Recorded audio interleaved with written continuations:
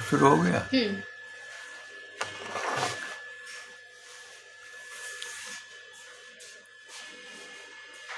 हमारे गांव के घर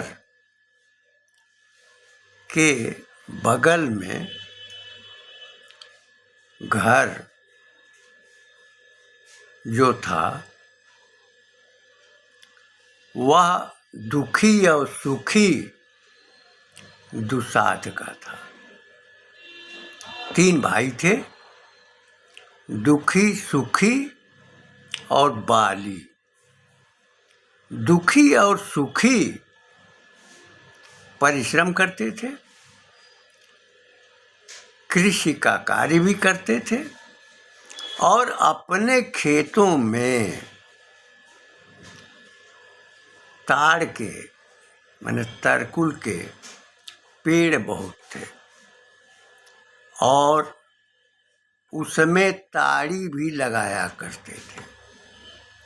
कुछ लोगों का समूह वहाँ इकट्ठा होता था और ताड़ी पीने की प्रकृति थी।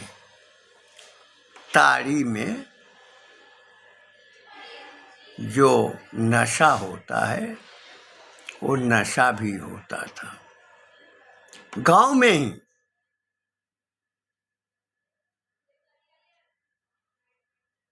एक रामलाल दुसाध भी थे और दुसाध जो जातिवाद में बनाई गई वह तुह साधना के कारण, क्योंकि रामलाल का घर गांव के पूर्वी छोर पर बागीचे में था और उनके साथ कई घर थे जो अहीरों के भी थे, अन्य वर्णों के भी थे। रामलाल दुसाध 3 फुट चौड़ाई में और 40 फुट लंबाई में जो इमली या महुए की जो लकड़ी होती थी उसको जला देते थे गड्ढा बना करके, और जब अंगारे हो जाते थे उन अंगारों पर नंगे पांव चलने की परंपरा थी। प्रायः जब यह कार्यक्रम होता था तो गांव के लोग भी इकट्ठे होते थे और हमारे बचपन का समय था और जिज्ञासा में बच्चों के साथ मैं वहां पहुंच जाता था। तो दुह साधना मेरी समझ में तो यही है कि वो कठिन साधना भी करते थे। और बाली दुसाध की प्रकृति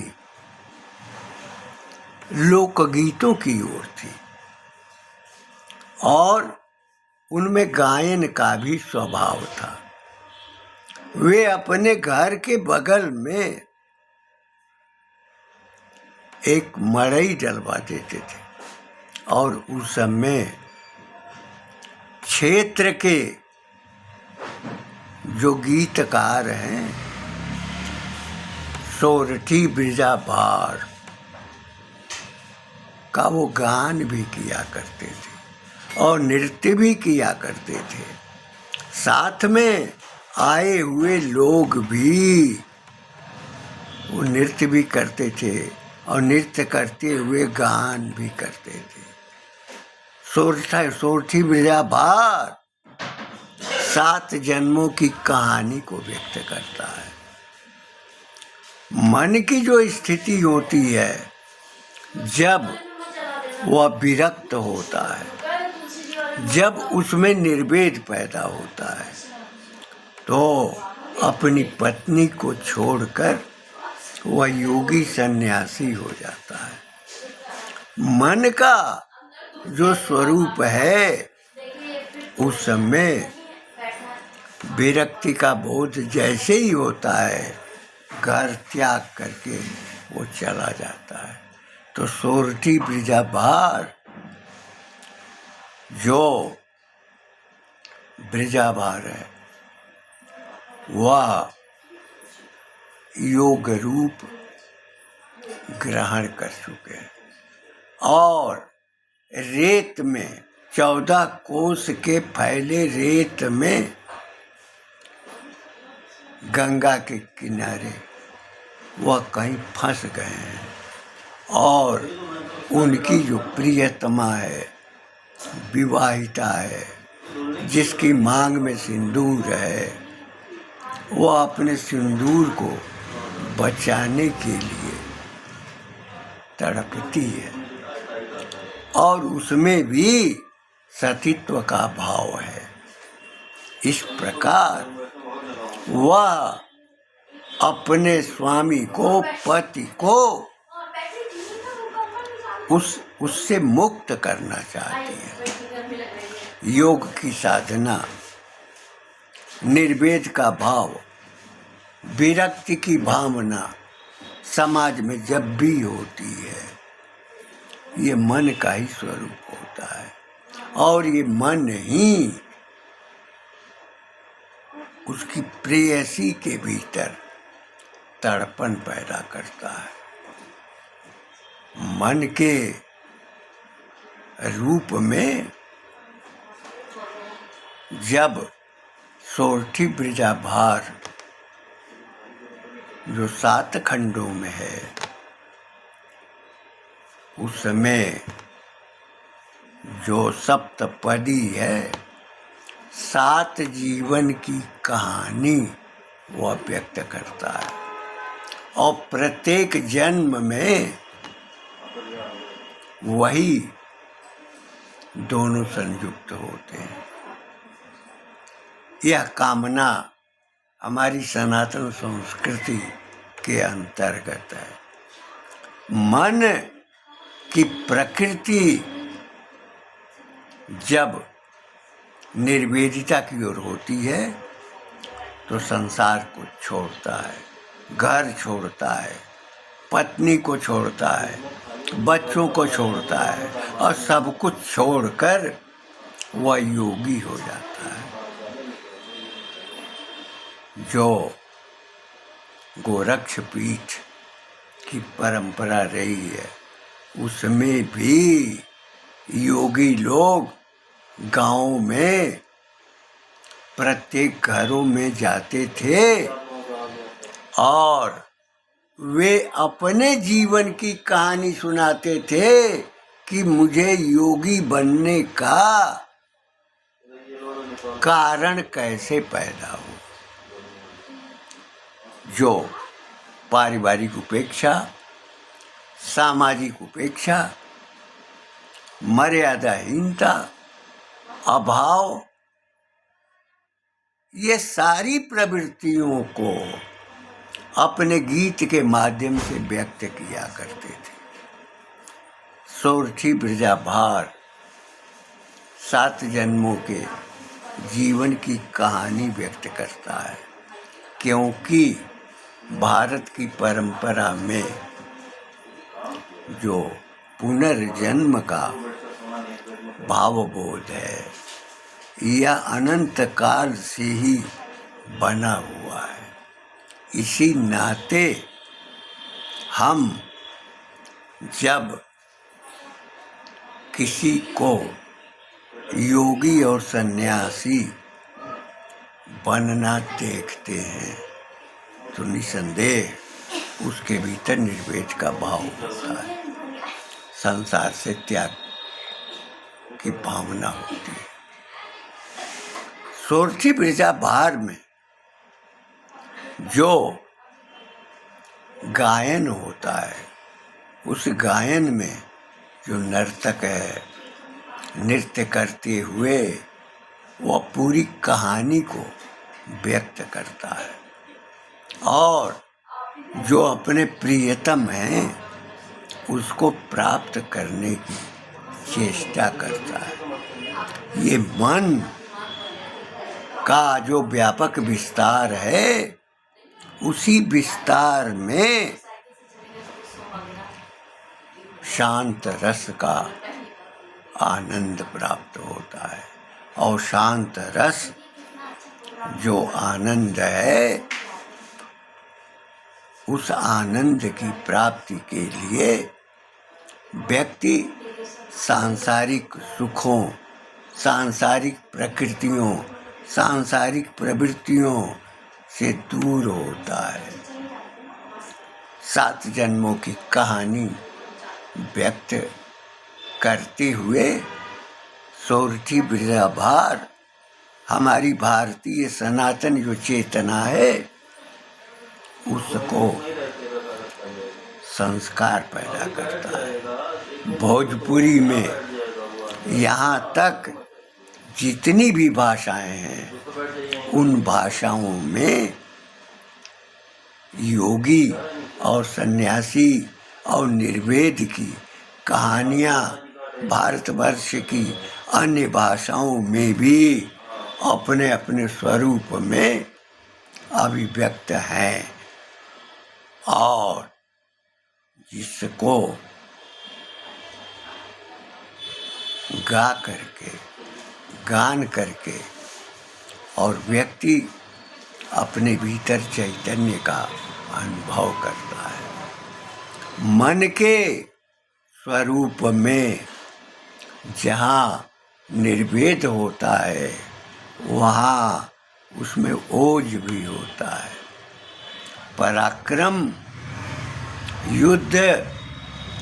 युद्ध की विभीषिका, संघर्ष करने का संचार भी मन ही करता है।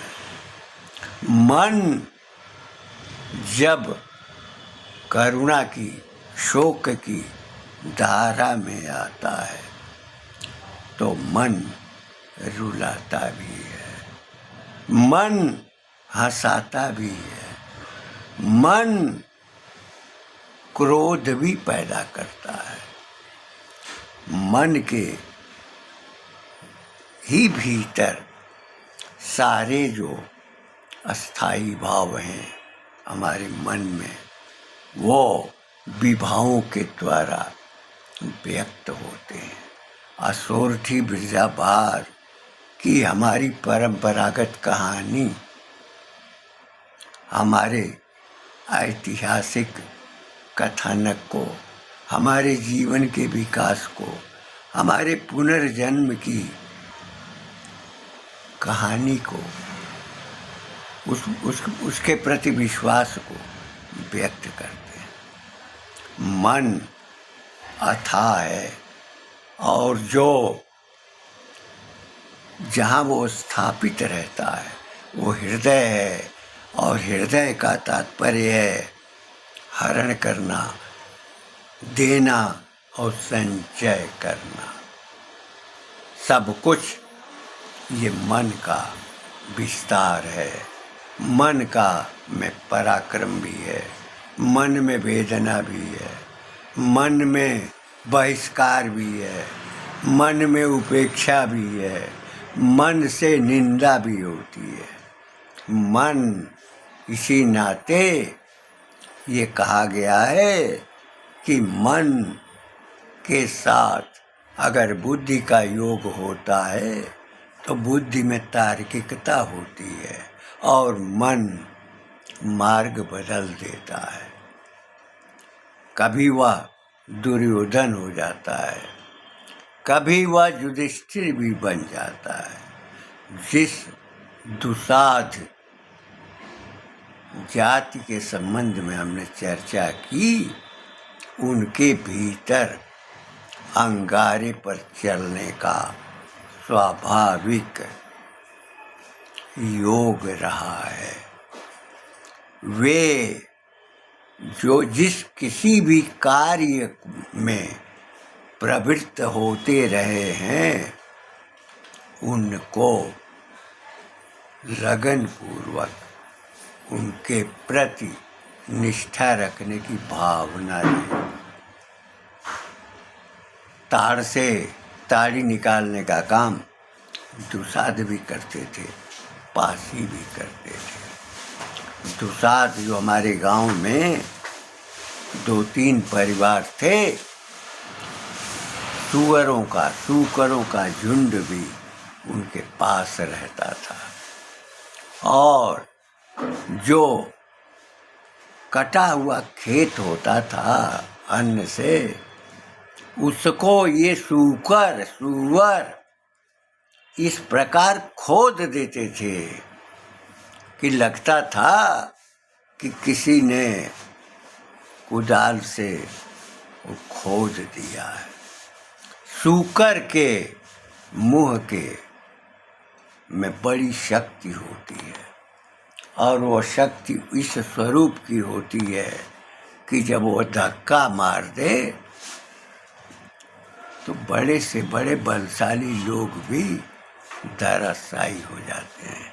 और सूकर नाम क्यों पड़ा होगा, मैं ये सोचता हूँ, क्योंकि चलते समय सू सू सू सू की आवाज होती है,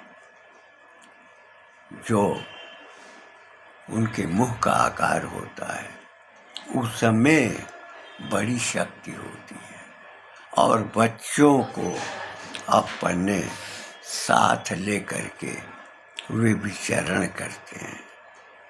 सूकर पालन ये हमेशा गंदे स्थानों में भी, जहाँ गीलापन है, जहाँ पर काई लगी हुई है, वहाँ पर वो लेटते हैं और अपने शरीर में उसको पोतते हैं। दुसाध जो जाति है वह किस वर्ण में आती थी? ये क्षत्रिय वर्ण में आती थी, क्योंकि सेना में उनकी पैठ थी, प्रवेश था। लेकिन सूकर पालन और ताड़ का आरोपण और ताड़ी को उतारना, नशीले पदार्थों का सेवन करना और कराना उनके स्वभाव में आ गया था। वे जितने संघर्षशील प्रकृति के होते हैं, उनके कार्य व्यवहार से भी स्पष्ट होता है। बाली दुसाध स्वयं गान करते थे, और अगल बगल के गांवों से अधिकाधिक संख्या में गायक उपस्थित हो जाते थे, और रात भर उनका गान चलता था। सोरठी बिरजाभार में जो जागृति है, अपने पति को जो योगी हो चुका है उसको लाने की कामना, रेतीले क्षेत्र में अब उसके पति का फंस जाना, और वहाँ अपनी मामी के संकेत से, उनके संपर्क से, वहाँ रेतीले क्षेत्र में जो गंगा के किनारे है, अपने फंसे हुए पति को लाना, ये सोरठी बिरजाभार की कहानी 7 जन्मों की व्यक्त करता है, जो हमारे भारतीय परिवेश की सनातन परंपरा का भाग है। बिरहा जो लोग गाते हैं उसमें बिरह गीत होता है, और सोरठी बिरजाभार में भी बिरह गीत की तड़प है। ये हमारे मन का विस्तार है, मन की प्रकृति है। इसी नाते उपनिषदों में यह कहा गया है कि जो मानव है, मन, आत्मा और बुद्धि और इंद्रियों के योग से जीवन का भोग करता है, जीवन का विकास करता है। जीवन की धारा में अनेक प्रकार की जो प्रवृत्तियां हैं वो रहती हैं, आती हैं। कभी वह विराग की ओर जाता है, कभी अनुराग की ओर जाता है, कभी उसमें ओजत्व होता है, कभी उसमें विविध प्रकार की इच्छाएं होती हैं, त्याग का भाव होता है। इन शब्दों के साथ मैं अपनी वाणी को विराम देते हुए सोरठी ब्रजभार जो हमारे गांव में बाली साधक के द्वारा उसका आयोजन होता था और उस आयोजन में क्षेत्र के लोगों की भी और गांव के लोगों की भी पूरी सक्रियता रहती थी और उन लोगों के द्वारा अंगारे पर 40 फीट की लंबाई में नंगे पांव चलना उनके भीतर दुह साधना की शक्ति बराबर रही।